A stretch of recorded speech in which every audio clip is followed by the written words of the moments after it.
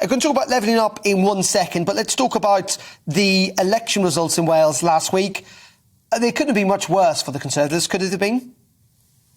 Well, it was a tough night at the office for us. There's no doubt about that. They weren't as bad as the 2012 election results, which were dominated by the pasty tax and the caravan tax from George Osborne's budget in that year. Obviously, the national scene wasn't good for us, but we did get some very good councillors elected. We put a record number of candidates in the field for people to consider voting Welsh Conservatives, but we have to reflect on what was a disappointing night. Why is that, though? It seems that Wales is turning into a Labour fiefdom from where we're sitting.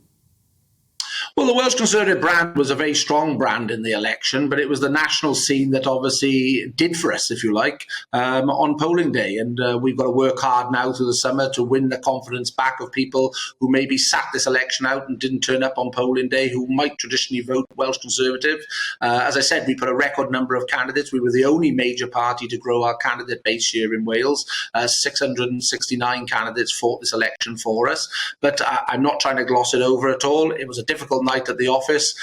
We sadly lost some very good councillors, but we dust ourselves off, we go forward and we energise ourselves ready for the general election whenever that might come. Well, indeed, and you lost 86 councillors and your one council that you did control, Monmouthshire. You seem to talk about the national picture.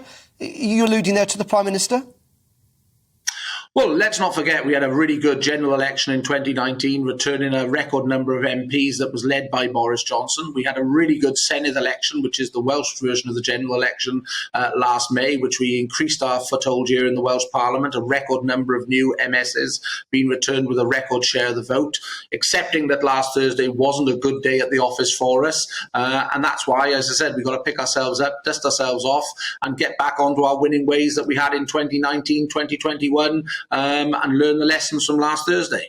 OK, Andrew, and in 10 seconds, Simon Hall, I think the Welsh Secretary last night, said that some of the announcements in the Queen's speech yesterday were as dull as hell. Do you agree?